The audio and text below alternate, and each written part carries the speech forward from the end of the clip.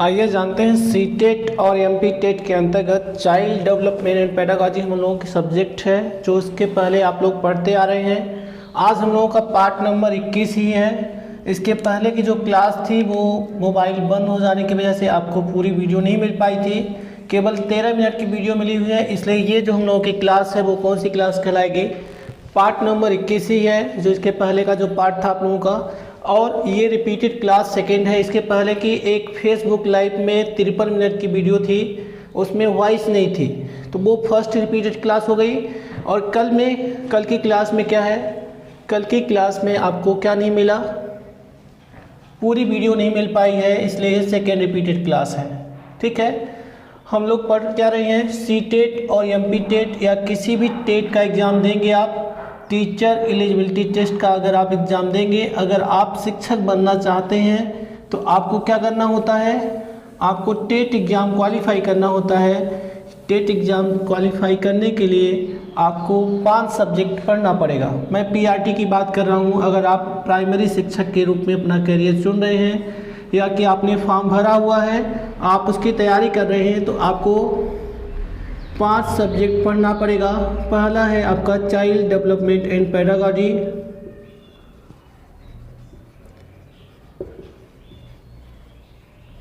Second है आपका math and math pedagogy, third है आपका EVS and EVS pedagogy, fourth है आपका जो आपकी फर्स्ट लैंग्वेज होगी, जो आपने हिंदी लेंगे, संस्कृत लेंगे या कोई अन्य लैंग्वेज लेंगे। और 5वीं आपकी यहाँ पे जो सेकेंड लैंग्वेज होगी, यहाँ पे आपने क्या किया है, हिंदी लिया है तो यहाँ पे संस्कृत लेंगे, यहाँ पे इंग्लिश लेंगे। जो भी आपने जो फर्स्ट लैंग्वेज है उससे भिन्न आप सेकेंड लैंग्वेज लेंगे। ठीक है, ये क्या है आपके, ये सभी प्रश्न 30-30 नंबर के आते हैं। जो 30-30 नंबर के प्रश्न बनेंगे, कहाँ से बनेंगे, यहाँ से बनेंगे। 30 प्रश्न बनते हैं सभी सब्जेक्ट के, और कितने नंबर के होते हैं, वो 30-30 नंबर के भी होते हैं। ठीक है, यानी टोटल मिला के हो जाते हैं 150 प्रश्न, 150 नंबर, और आपको 2.5 घंटे में ही करना है, यानी एक क्वेश्चन 1 मिनट में करना है।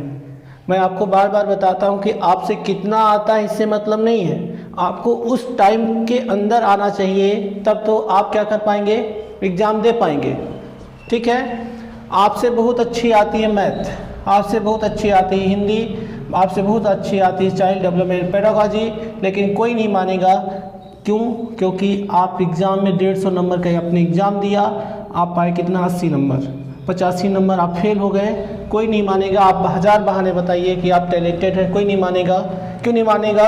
वो जो 2.5 घंटे उन्होंने सेट किया हुआ है, उसी के अंदर आपको इस सब्जेक्ट का जो ज्ञान है वो क्या करना है, आपको एक OMR शीट दी जाती है। मैं सीटेट की बात कर रहा हूँ। कई जगह पे ऑनलाइन एग्ज़ाम होते हैं, कई जगह पे ऑफलाइन एग्ज़ाम होते हैं। ठीक है, तो आप क्या करेंगे, किसी भी टीचर एलिजिबिलिटी टेस्ट देंगे, जैसे हम OMR शीट की बात कर रहे हैं। OMR का फुल फॉर्म क्या होता है, ऑप्टिकल मार्क रीडर। ठीक है, इसमें क्या करते हैं, आपको क्वेश्चन दे दिया जाएगा, 4 गोले भरने होंगे। पहला का जो भी सही होगा उसके सामने आप गोला भर देंगे, दूसरा का जो सही होगा वो ABCD यहाँ लिखा रहेगा, ऊपर रोल नंबर आपका नाम लिखा रहेगा, उसको भी भरना पड़ेगा। वो 2.5 घंटे आपको कब निकल जाएंगे आपको पता नहीं चलेंगे। और क्या देना होता है एग्ज़ाम, किसका, टीचर एलिजिबिलिटी टेस्ट का। आप उस एग्ज़ाम को क्वालिफाई करके आप शिक्षक बनेंगे, और शिक्षक बनने की जो योग्यता है हमने बता दी है। आप जैसे प्राइमरी के लिए अगर आप शिक्षक बनना चाहते हैं तो आपके पास 12th होना चाहिए, DELED होना चाहिए, या कि फिर ऑप्शनल में आपके पास BEd होना चाहिए, ग्रेजुएशन होना चाहिए, मतलब इसके आगे कुछ भी हो, मिनिमम योग्यता ये है। ठीक है, तो PRT के लिए हमने ये बता दिया है। आपको इस सभी सब्जेक्ट में अगर अच्छा नंबर पाएंगे तब जाके आपका सिलेक्शन होगा। और आपको पता है कि सीट बहुत कम होती जा रही हैं, उसका कारण ये है गवर्नमेंट स्कूलों में कोई पढ़ना नहीं चाहता। ठीक है, कोई भी अपने बच्चों को सरकारी जो विद्यालय हैं वहाँ पे एडमिशन नहीं कराना चाहता। इसलिए क्या हो रही है, लगातार संख्या घट रही है वैकेंसी की, और एक समय ऐसे आ जाएगा कि संख्या 0 हो जाएगी। ठीक है, क्यों? क्योंकि कोई बच्चा जब रहेगा ही नहीं विद्यालय में, कोई पढ़ना ही नहीं चाहेगा, तो क्यों सरकार क्यों वैकेंसी निकालेगी? बिल्डिंग को देखने के लिए तो नहीं निकालेगी, बच्चों को पढ़ाने के लिए निकालती हैं वैकेंसियाँ, और इसके लिए आपको टेट एग्ज़ाम क्वालिफाई करना पड़ेगा। बाल विकास के सिद्धांत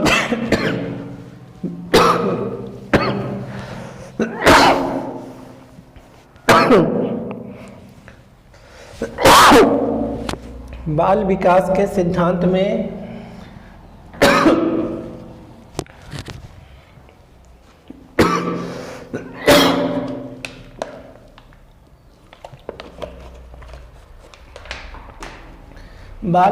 के सिद्धांत में हम लोग पढ़ के इसको रहे हैं जीन पियाजे को। इसके पहले वाइगोत्स्की को पढ़ाया जा चुका है। बाल विकास के सिद्धांत में आपको मुख्य रूप से 3 लोगों को पढ़ना है।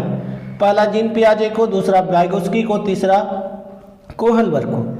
हम एक पढ़ा चुके हैं, आधा है वो उसको बाद में पढ़ाएंगे, और पूरा आज जीन पियाजे को पूरा पढ़ लेते हैं आज। ठीक है, जीन पियाजे ने कौन सा सिद्धांत दिया हुआ है? संज्ञानात्मक विकास का सिद्धांत, ये प्रमुख है। इसके बाद भी आपको 2 सिद्धांत और बताए गए हैं, भाषा एवं विचार का सिद्धांत। ठीक है, नैतिक विकास का सिद्धांत भी किसने दिया है? जीन पियाजे ने दिया है। आपको करना क्या है? इन सिद्धांतों को बेहतर रूप से पढ़ लेना है।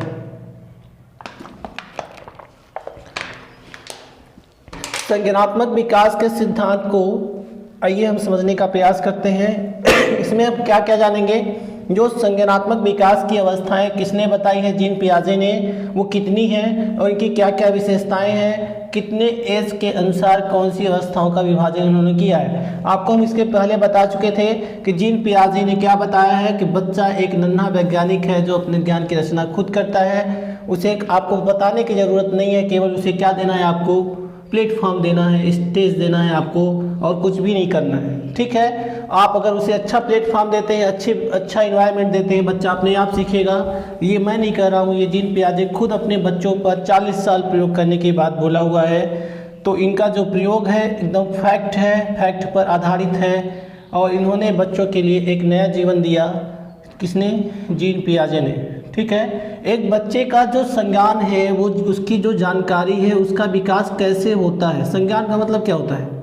संज्ञान का मतलब ही है जानकारी, और आपकी जानकारी कैसे विकसित होती है। जैसे एक छोटा बच्चा है, ठीक है, जन्म लिया, जन्म के बाद वो कैसे सीखता है, कैसे सीखता है उसके बारे में उन्होंने बताया। फिर बच्चा, जैसे अगर हम अवस्थाओं की बात करते हैं, अवस्थाओं से आपको डिटेल में समझ में आएगा।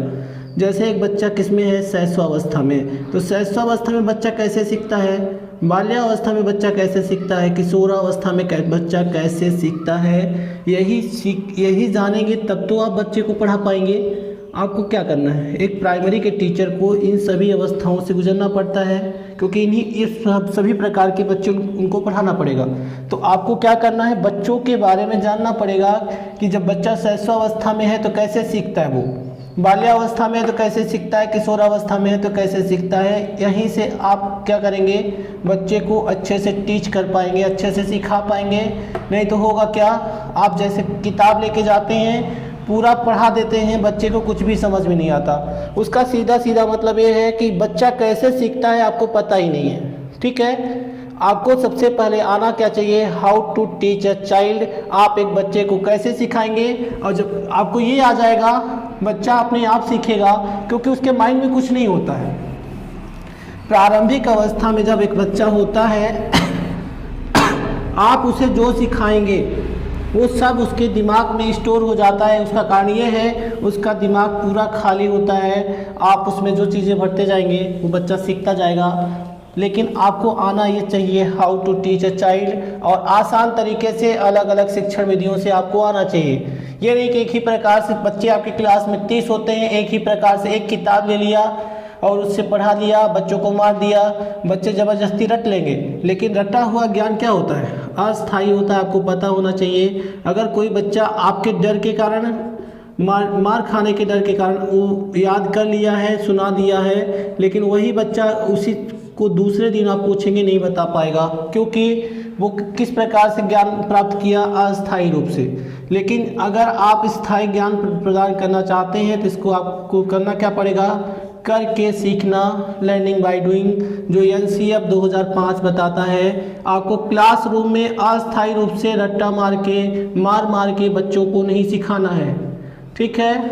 मैं नहीं बोल रहा हूँ, NCF 2005 बता रहा है, जो पूरी राष्ट्रीय शिक्षा हमारी चलती है इसी के अनुसार चलती है। इनका कहना क्या है, इनका कहना है आप क्लासरूम में कैसे सिखाइए, लर्निंग बाय डूइंग इट, मतलब करके सिखाइए बच्चों को। आप खुद करिए, बच्चे से ना कराइए, आप खुद करिए, ठीक है। बच्चे खुद देख के आपको कर लेंगे।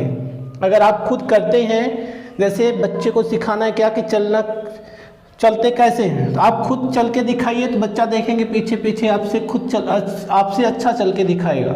लेकिन होता क्या है, हम किताब उठाते हैं और बोलते हैं कि देखो चलने की परिभाषा ये है, यहाँ से यहाँ तक टिक कर लो, कल याद करके आना। ये गलत परिभाषा है और ये गलत शिक्षण विधि है। इसका सीधा सीधा दोष किसके ऊपर पड़ता है, बच्चे के ऊपर। बच्चे का पूरा भविष्य बर्बाद हो जाता है। किसके कारण, आपके शिक्षक होने के कारण। आप इसके योग्य नहीं हैं। क्यों नहीं है, हमने बता दिया है, ठीक है। एक बच्चा कुछ भी नहीं सीख पाता, उसका सीधा सीधा दोषी कौन होता है, शिक्षक होता है। बच्चा कभी भी नहीं होता है, क्योंकि हर बच्चे में एक व्यक्तिगत भिन्नता पाई जाती है और आपको व्यक्तिगत भिन्नता को ध्यान में रख करके आपको सिखाना है, ज़बरदस्ती मार के नहीं सिखाना है।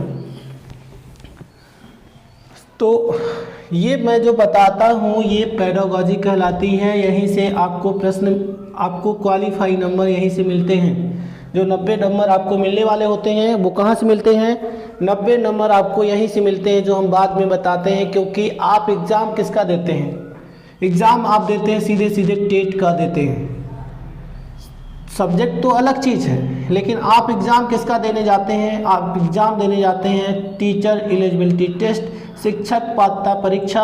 उसमें केवल ये चेक किया जाएगा आप शिक्षक बनने योग्य हैं या नहीं हैं। अगर योग्यता होगी तो योग्यता के लिए आपको क्या करना पड़ेगा, योग्यता के लिए आपको अपना प्रदर्शन किस प्रकार से करना पड़ेगा, हमने जो बताया, ठीक है। हमने क्या बताया, आपको NCF 2005 को पढ़ना पड़ेगा और पढ़ने के साथ साथ उसे फॉलो करना पड़ेगा, अपनी कक्षाओं में उसका क्रियान्वयन करना पड़ेगा, उसी के अनुरूप आपको सभी कार्य करने पड़ेंगे।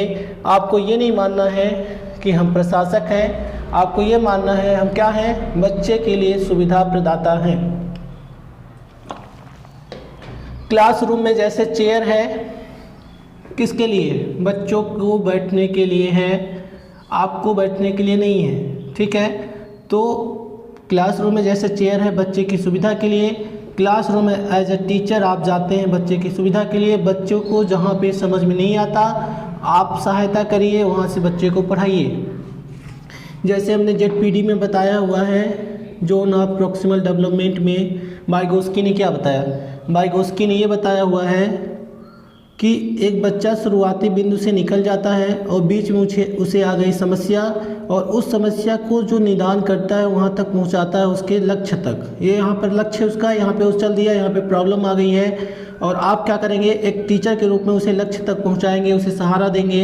इसे ही ZPD कहते हैं। और यही परिभाषा है किसकी, NCF 2005 की, जो हमने बताया कि सुविधा प्रदाता आप कैसे बनते हैं, ऐसे बनते हैं। बच्चा अपने से निकलेगा शुरुआती बिंदु से और आपके पास तक पहुंचा, आप क्या करेंगे, उसे जहां पे प्रॉब्लम आ रही है वहां से लेकर के उसके लक्ष्य तक पहुंचाइए। आप क्या बनेंगे, सुविधा प्रदाता। आप ज़बरदस्ती मार के पढ़ाएंगे, आप प्रशासक ही कहलाएंगे, आप टीचर नहीं कहलाएंगे, ठीक है। टीचर तब कहलाएंगे जब आप बच्चों को पढ़ाते हैं और बच्चे अपनी लाइफ में सक्सेस होते हैं, जो वो करना चाहते हैं कर लेते हैं, तब आप शिक्षक कहलाते हैं। गवर्नमेंट से, प्राइवेट से टैग ले लेने से, सैलरी ले लेने से, सर्टिफिकेट ले लेने से आप शिक्षक नहीं कहलाएंगे, ठीक है। ये पेडागोजी है, यहीं से आप पास होंगे, मैं बता रहा हूँ। बाल विकास के सिद्धांत में जीन पियाजे का जो संज्ञानात्मक विकास का सिद्धांत है, इसको जीन पियाजे ने 4 अवस्थाएं बताई हैं। पहली अवस्था है संवेदी पेशी अवस्था, इसी को हम इंद्रियगामक अवस्था भी कहते हैं, इसी को इंद्रिय जनित अवस्था भी कहते हैं। दूसरी अवस्था इनकी पूर्व संक्रियात्मक अवस्था या इसी को हम प्राक संक्रियात्मक अवस्था भी कहते हैं। तीसरी अवस्था इनकी मूर्त संक्रियात्मक अवस्था या ठोस संक्रियात्मक अवस्था भी इसे हम कहते हैं। अगली अवस्था है अमूर्त संक्रियात्मक अवस्था या इसे हम औपचारिक संक्रियात्मक अवस्था कहते हैं। ठीक है, आपके एग्जाम में सीधा सीधा प्रश्न दे देता है कि इनमें कौन सा संज्ञानात्मक विकास की अवस्थाएं नहीं है, तो आपको चारों पता होगी, एक नहीं होगा जो उसको क्या कर लेना है, टिक कर लेना है। अगर दे देता है कौन सी अवस्थाएं हैं या नहीं है, आपको चारों अवस्थाएं पता होगी, तब आप क्या कर पाएंगे, 1 नंबर का प्रश्न यहाँ से हल कर पाएंगे। 1 नंबर आपको यहाँ से मिलेगा तभी जब आप जीन पियाजे को ऐसे पढ़ेंगे, जैसे हमने लगभग 3 या 4 क्लास केवल जीन पियाजे को ही बता रहा हूँ, ऐसे पढ़ेंगे तब आपको कितना नंबर मिलेगा, केवल 1 नंबर मिलेगा। 150 में केवल 1 नंबर पाएंगे। संवेदी पहली इनकी जो अवस्थाएं हैं, जीन पियाजे ने संज्ञानात्मक विकास की कितनी अवस्थाएं बताई हैं? जीन पियाजे ने संज्ञानात्मक विकास की 4 अवस्थाएं बताई हैं। पहली ये है, दूसरी, तीसरी, चौथी।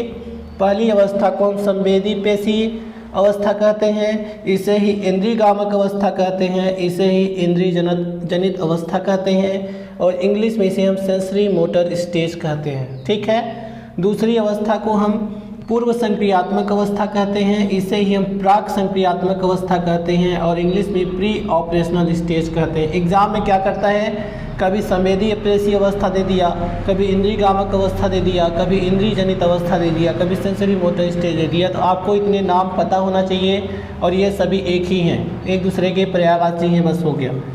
ठीक है, पूर्व संक्रियात्मक अवस्था, प्राक संक्रियात्मक अवस्था, प्री ऑपरेशनल स्टेज, ये कौन सी है, दूसरी अवस्था है। फिर अगली अवस्था इनकी मूर्त संक्रियात्मक अवस्था, ठोस संक्रियात्मक अवस्था, इसे ही हम कंक्रीट ऑपरेशनल स्टेज कहते हैं इंग्लिश में। चौथी अवस्था इनकी मूर्त संक्रियात्मक अवस्था, औपचारिक संक्रियात्मक अवस्था, इसे ही हम इंग्लिश में फॉर्मल ऑपरेशनल स्टेज भी कहते हैं। ये जो इतने 2-2, 3-3 नाम दिए गए हैं, यहीं से बना देता है प्रश्न। और आपको पता है जीन पियाजे ने तो केवल मूर्त संक्रियात्मक अवस्था दे दी है, एग्जाम में आ जाएगा ठोस संक्रियात्मक अवस्था। तो आपको क्या करना है, जो अलग अलग नाम हैं उनको भी आपको समझ लेना है, केवल समझ लेना है, और समझ के आप आंसर कर पाएंगे। अगर रट्टा मारेंगे नहीं समझ पाएंगे, नहीं कर पाएंगे। ठीक है, तो पहली अवस्था जो जन्म से लेकर के 2 वर्ष तक की अवस्था है, उसमें जो बच्चा जैसे सीखता है उसे जीन पियाजे ने बताया है संवेदी पेशी अवस्था, इंद्रियगामक अवस्था, इंद्रिय जनित अवस्था, सेंसरी मोटर स्टेज। मतलब जन्म से लेकर के 2 वर्ष तक के जो सीखने की अवस्था है, उसको जीन पियाजे ने क्या कहा है, उसे जीन पियाजे ने कहा है संवेदी पेशी अवस्था, इंद्रियगामक अवस्था, इंद्रिय जनित अवस्था, सेंसरी मोटर स्टेज। दूसरी है 2 वर्ष से लेकर के 7 वर्ष तक की जो अवस्था में जो जानकारी प्राप्त करता है बच्चा, उसे उसके संज्ञान की अवस्था को जीन पियाजे ने विभाजित करके कहा है, इसे हम पूर्व संक्रियात्मक अवस्था कहेंगे, प्राक संक्रियात्मक अवस्था कहेंगे, पूर्व ऑपरेशनल स्टेज कहेंगे। ये 2 वर्ष से लेकर 7 वर्ष तक होती है। मूर्त संक्रियात्मक अवस्था क्या है? मूर्त संक्रियात्मक अवस्था, ठोस संक्रियात्मक अवस्था, बच्चा जो जानकारी प्राप्त करता है उसके आधार पर विभाजन करके जीन पियाजे ने बताया 7 से 11 वर्ष तक की बच्चा जो जानकारी प्राप्त करता है उसे मूर्त संक्रियात्मक अथवा ठोस संक्रियात्मक अवस्था के अंतर्गत रखेंगे, यानी कंक्रीट ऑपरेशनल स्टेज के अंतर्गत रखेंगे। अगला है अमूर्त संक्रियात्मक अवस्था, औपचारिक संक्रियात्मक अवस्था। इसे 11 से लेकर 15 वर्ष तक बच्चा कैसे सीखता है उसको विभाजित करके अवस्थाओं में विभाजित किया है किसने? जीन पियाजे ने। इन्होंने क्या कहा है? उन्होंने कहा है कि जो बच्चा अमूर्त रूप से सीखना शुरू कर देता है उसको हम औपचारिक संक्रियात्मक अवस्था कहेंगे, और इस जो सीखने की अवस्था होती है वो 11 से लेकर 15 वर्ष तक होती, आगे भी होती रहती है। जीन पियाजे ने कहा हुआ है हमारी जो अवस्थाएं हैं कोई फिक्स नहीं है, हमारी जो विशेषताएं हैं कोई फिक्स नहीं है, क्योंकि हर बच्चे में पाई जाती है व्यक्तिगत भिन्नता। तो आप कल ऐसा नहीं कहेंगे कि बच्चा तो केंद्रीकरण इसमें ही कर लिया था, आप ये नहीं कह सकते कि तार्किक चिंतन बच्चा 2 वर्ष में ही कर दिया, तो आपका सिद्धांत गलत है। जीन पियाजे ने स्पष्ट दिया हुआ है कि हमारे जो अवस्थाएं हैं, उनकी जो विशेषताएं हैं वो फिक्स नहीं है। केवल क्या फिक्स हैं? इनकी जो अवस्थाएं हैं वो फिक्स हैं, इनकी विशेषताएं फिक्स नहीं है। ठीक है, इनका जो क्रम है वो फिक्स है, वो बदला नहीं जा सकता। मतलब जन्म से 2 वर्ष तक की अवस्था को इंद्रियगामक अवस्था ही कहेंगे, इसको यही कहेंगे, इसको यही कहेंगे, इसको यही कहेंगे। लेकिन अगर व्यक्तिगत भिन्नता के आधार पे आएंगे, कोई बच्चा मान के चलिए तार्किक चिंतन बच्चा कब शुरुआत करता है, यहाँ पे तार्किक विचारों का प्रारंभ यहाँ पे होता है, लेकिन उसका विकास यहाँ पे होता है। अगर कोई बच्चा किसमें कर दिया, पूर्व संक्रियात्मक अवस्था में, तो आप कहेंगे कि जीन पियाजे ने गलत बताया हुआ है। ऐसा नहीं है, जीन पियाजे ने सही बताया हुआ है। केवल क्या करना है आपको, उन्होंने जो स्पष्टीकरण दिया हुआ है उसको आपको ध्यान में रखना है। ठीक है, तो हम केवल किसको जानते हैं? पहले जानते हैं संवेदी पेशी अवस्था की क्या क्या विशेषताएं हैं। एक बच्चा जब जन्म लेता है, जन्म से लेकर के 2 वर्ष तक की जो अवस्था होती है उसे हम संवेदी पेशी अवस्था कहते हैं, सेंसरी मोटर स्टेज कहते हैं। हम पर क्या रहे? Child development and pedagogy. और एक अच्छा शिक्षक बनने के लिए आपको पहले बच्चे के बारे में जानना पड़ेगा कि बच्चा कैसे सीखता है, तब तो आप उसे संस्कृत पढ़ा पाएंगे, हिंदी पढ़ा पाएंगे, मैथ पढ़ा पाएंगे, सामाजिक विज्ञान पढ़ा पाएंगे। नहीं तो आप कैसे पढ़ाएंगे जब तक एक बच्चे को जानेंगे नहीं। तो आपको सबसे पहला काम है, एक बच्चा कैसे सीखता है, कैसे सोचता है, उसे कैसे पढ़ाना है आपको, वो आना चाहिए आपको, तब आप अच्छे शिक्षक बन पाएंगे। और उसके लिए आपको चाइल्ड डेवलपमेंट एंड पेडागॉजी पढ़ना पड़ेगा। तो संवेदी पेशी अवस्था में बच्चा जो सीखता है, किसके माध्यम से सीखता है? इंद्रियों के माध्यम से। हमारे जो आँख, नाक, कान हैं वो सब क्या हैं? ज्ञानेंद्रियाँ हैं। इन्हीं से बच्चा क्या करता है? जानकारी को प्राप्त करता है, वो सीखता है। आप देखते होंगे कोई छोटा बच्चा होता क्या करता है, कोई भी वस्तु पाता है वो खाना शुरू कर देता है, मुंह के अंदर डालना शुरू कर देता है। वो ऐसा क्यों कर रहा है? उसका सीधा कारण है कि बच्चा क्या कर रहा है? बच्चा जानकारी को एकत्र